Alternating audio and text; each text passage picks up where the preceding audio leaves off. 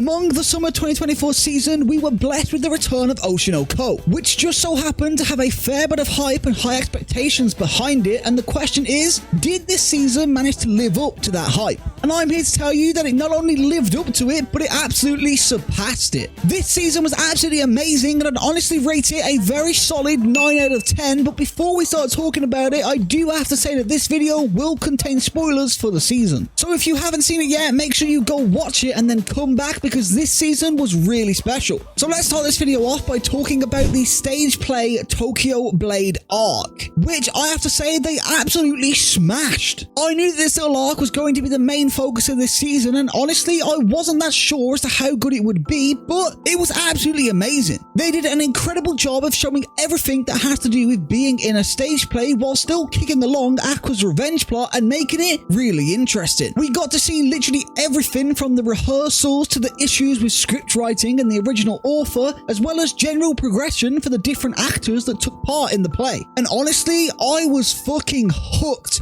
on this arc. Truthfully, I think I love this part of the anime so much because I'm someone that absolutely loves and adores theatre. And if I'm someone who had any talent, I would probably be doing musicals and plays myself, but unfortunately I don't, and I waste my life watching anime. But I really did enjoy the way that they chose to do this arc, and the fact that it ended up revealing that Aqua and Ruby actually have a half-brother and that their father is dead. Unless it turns out that that guy wasn't actually their father, but we get more information on that in the second half of this season, which just so happens to be my favourite part of the entire Oshi no Ko anime, including season 1. So let's talk about it. Truthfully, the main reason this half of the season is the best part for me is because Ruby is literally my favourite character in all of Oshi no Ko, and the only person who can probably be better than her in my eyes is Ai herself. I don't know why, but there's a huge part of me that's just a sucker for idol animes, and because of that I find myself drawn to Ruby and her entire idol arc. And that arc just so happened to lead her back to where this entire anime started, to the place where Ruby was hospitalized in her previous life, where Aqua worked as a doctor in his previous life, and where both Ruby and Aqua were born in their new lives. What's most interesting about them going back there is the fact that no one who worked at the hospital seemed to even know or care that Aqua actually died in his previous life. Everyone just kind of assumed that he up and left without saying anything to everyone, at least until Ruby and Akane find his corpse, which is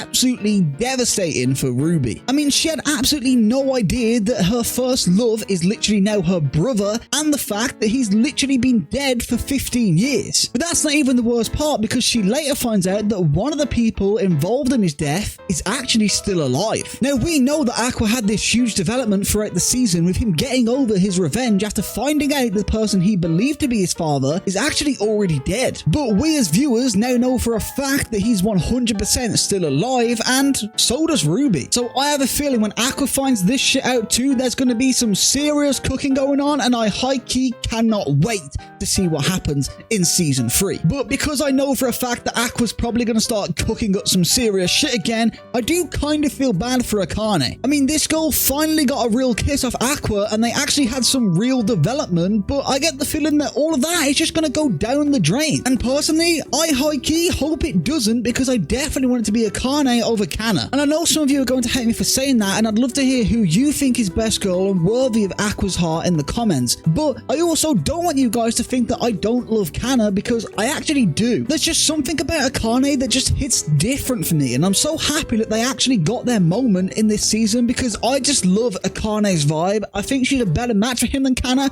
and let's face it, she's fucking hot. But even though she's ridiculously hot, I'm gonna have to say it, Ruby is still best girl for me, and I don't even care. Seriously though, I do genuinely think that this season of Oshi no Ko was a very, very, very strong season, and I mentioned it at the start of the video, but it's a 9 out of 10 for me. I think it absolutely lived up to the hype that it got, and it honestly had me seriously hooked from start to finish. Now, I don't know when season 3 will land, or if any dates have even been announced for it, but I genuinely can't wait to see where this storyline is going to go, because I genuinely really love this series, and I'm so interested to hear your guys' thoughts on it as well. But with that being said, that is the end of today's video, so make sure you smack that subscribe button, and as always, remember to feed your goldfish, pet your dog, and tell your family you love them. Peace the fuck out.